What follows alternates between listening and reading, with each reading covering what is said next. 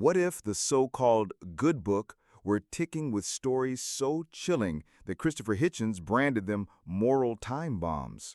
Tonight, we twist the detonator and swing those blast doors wide. From a father's sacrificial promise gone horrifically literal, to a midnight dismemberment delivered parcel post. And yes, bears, because even nature gets conscripted for divine shock value. Welcome to the most disturbing Bible stories. Hitchens was right.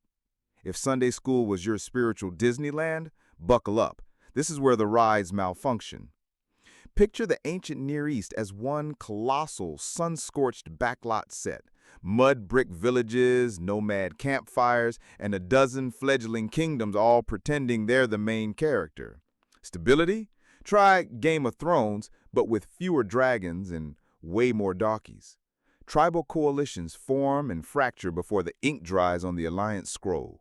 Kings rise on charisma and body count, fall to the same. Labor laws? Non-existent. HR department? A stone tablet that says, try not to die. The moral climate? Imagine an honor cult where your reputation is oxygen. Blood oaths double as wedding vows, and every slight, real or rumored, gets repaid in livestock, land, or limbs. Over it all looms a deity who occasionally sounds like he binge-read Hammurabi's code after skipping breakfast. Eye for eye? Cute. Let's upgrade that to city for insult. Fast forward a few millennia and enter Christopher Hitchens, British-American firebrand, literary prize fighter, and the man who asked, with trademark arch of eyebrow, if God wrote this, he has some explaining to do. So before we crack open the case files, Jephthah's rash vow, Gibeah's midnight horror, Elisha's earth sign temper tantrum, remember, we're dealing with stories forged in a world where survival was theology and mercy was strictly BYOB. Host steps on camera, smirk locked and loaded. Let's examine the Bible's darkest corners and see why Hitch might have been understating things. Cue the trumpets of victory. Jephthah, the ex-gang leader turned judge of Israel, has just curb-stomped the Ammonites. In the heat of pre-battle adrenaline, he spat out a vow, Lord, give me the win, and whatever walks out my front door first will be yours. Translation, open-ended deal with cosmic fine print. Fade in on the homestead. Dust settling, servants cheering, and here she comes, his only daughter, tambourine in hand, dancing to TikTok's non-existent #GirlDad playlist. Jephthah's face drains faster than a cheap wineskin. And when Jephthah saw her, he tore his clothes and cried, Alas, my daughter, I have opened my mouth unto the Lord, and I cannot take it back. Judges 11:35. Psychological autopsy.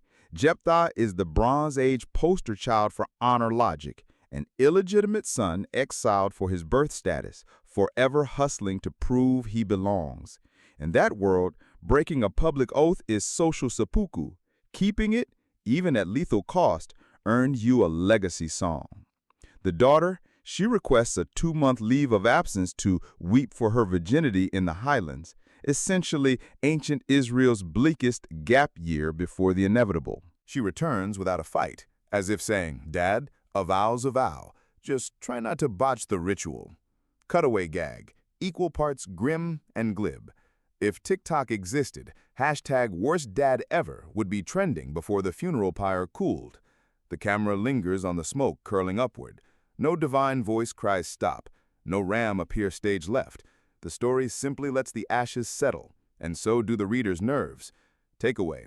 Vows forged in battle adrenaline often end in scorched earth and silent heavens.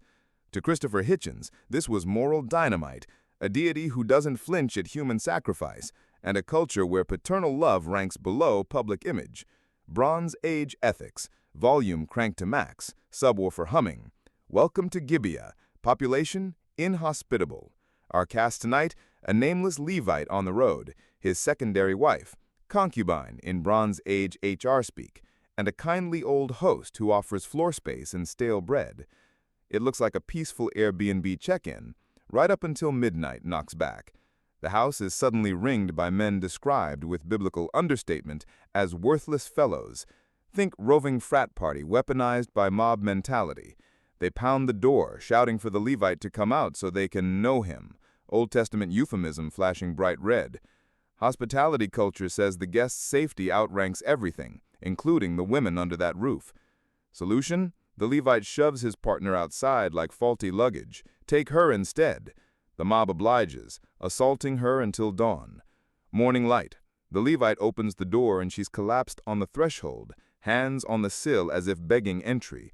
His line, chilling in its brevity, "Get up, let us be going." Silence. She's already dead. What follows is one of Scripture's most graphic edits. He took a knife, laid hold upon his concubine, and divided her into 12 pieces and sent her throughout all the borders of Israel. Judges 19:29. He doesn't bury her. He federal expresses her, limb by limb, to every tribe, a macabre press release screaming, "Look what happened in Gibeah." Cue the gallows quip. Not even Yelp's "This place is sketchy after dark" tag covers limb-by-limb parcel delivery. Moral ambiguity? Exhibit A. Mob violence violates guest right. The host's duty collides with patriarchal math that counts one woman's life as disposable collateral. Exhibit B. The Levite's outrage feels performative. Where was this righteous fury 6 hours earlier when he bolted the door? Now with 12 grisly packages, he galvanizes an entire civil war, 200,000 swords unsheathed on the altar of his belated conscience. Exhibit C. Us, the audience. 2 millennia later, true crime podcasts monetize the same queasy fascination. Brutalized female body as narrative cliffhanger. Are we horrified or hooked? Christopher Hitchens read this episode and shrugged. If this is divinely inspired social commentary, the ink is blood. A story where hospitality codes implode, justice is outsourced to collective vengeance, and a woman's corpse becomes the original viral post. Brace yourself. The tribal mail has just been delivered, and Israel is about to reply in flames. Scene: dusty road outside Bethel. Elisha, freshly promoted, hairline receding faster than the Jordan, walks alone when a swarm of local adolescents spots him.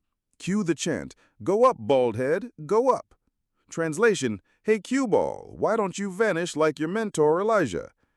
Now, in an honor economy where a prophet doubles as God's press secretary, teenage heckling isn't just rude, it's cosmic defamation. Elisha turns, issues a terse curse in the name of the Lord, and, zero buffering, 2 she-bears lumber out of the tree line. 42 boys later, the dust settles, jaws drop, and the hillside looks like a deleted scene from Grizzly Man Bronze Age edition. Deadpan reality check. Imagine a prophet today summoning grizzlies because Twitter called him boomer. Analysis. 1. Insult the prophet, insult the deity. In this theological framework, mockery isn't comedy, it's blasphemy with teeth. 2. Disproportion is the point. 42 corpses for one bald joke?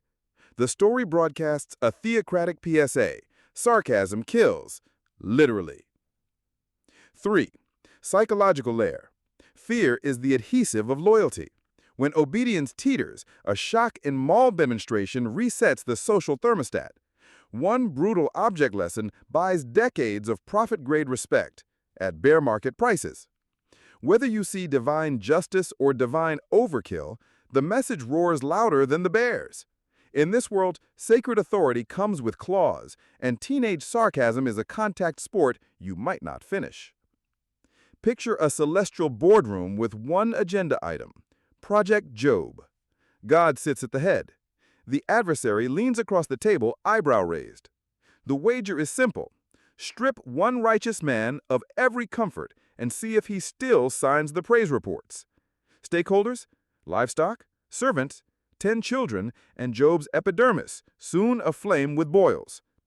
In rapid-fire succession, sandstorms of disaster flatten his property, a freak wind crushes his family, and a scraping shard becomes his new skincare routine. Yet Job's first response is baffling composure. Naked I came, naked I return. Translation, add existential dread to cart, proceed to checkout. Then come 36 chapters of desert courtroom drama. Job sues God for breach of covenant. 3 friends moonlight as defense counsel, insisting the plaintiff clearly deserved it. If you've ever heard "everything happens for a reason," meet its Bronze Age beta version, complete with ash heap seating. Finally, the sky unzips into a cyclone, and God delivers the longest flex in Scripture, a TED Talk on meteorology, star clusters, and why the goat gives birth on cliff tops. Where were you when I laid the earth's foundations? Will you condemn me that you may be justified? Job 38:4-48. Psychological dive.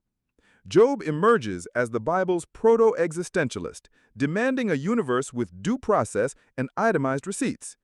Friends pioneer victim-blaming therapy. Confess harder, suffer less. Spoiler, it doesn't scale. God asserts sovereign mystery over moral coherence because omnipotence apparently comes with a no-explanation policy. Wry callback.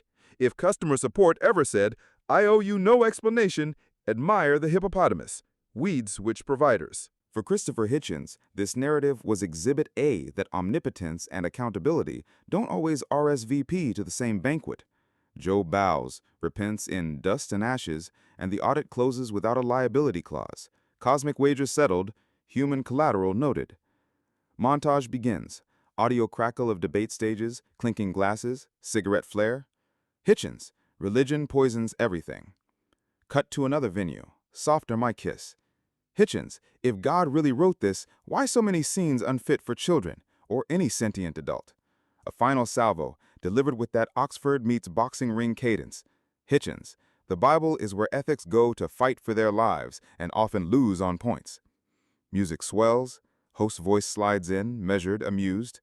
These aren't footnotes to the good book, they're headline X. Jephthah's pyre, Gibeah's dismember post, Elisha's bear brigade, Job's existential cross-examination, each tale chiseled into the canon like warning labels on divine power tools. And notice the pattern. Deity mirrors audience, a warrior god for warrior tribes, a legalistic god for law-obsessed scribes, a mysterious whirlwind for philosophers asking too many questions. Hitchens read that mirror and called the reflection an indictment, proof that humans often create gods in the shape of their most flamboyant fears. So, tally up the ledger. 4 stories, countless casualties, one polemicist still wagging an accusatory finger from beyond the grave.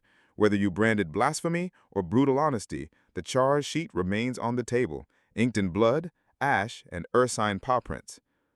Maybe the Bible's darkest tales stick around not in spite of their brutality, but because they spotlight the darkness we'd rather outsource to heaven. Easier to blame a vengeful deity that admit the bear-summoning, vow-breaking, limb-mailing instincts lurk in our own species' hard drive. The moral remains deliciously ambiguous. Heroes are in short supply. Survivors get editorial control of the next verse. Jephthah's daughter never pens a memoir. The concubine of Gibeah can't post the final thread. History, as always, is written by whoever lives long enough to sharpen the stylus. And before we congratulate ourselves on modern enlightenment, hold the mirror steady. Honor killings still headline the news. Online mobs still dismember reputations for sport. Geopolitics still looks like a civil war with better Wi-Fi. Different cast, same script. So, over to you. Which story unsettled you most? Drop your pick in the comments. No stones, please, we've met the bears. And if you're feeling brave, join us next time when we ask whether King David was ancient Israel's Shakespeare or it's Frank Underwood with a harp. Final thought? Perhaps Christopher Hitchens was onto something. The Bible isn't a children's book, unless the children are already having nightmares. Sleep tight.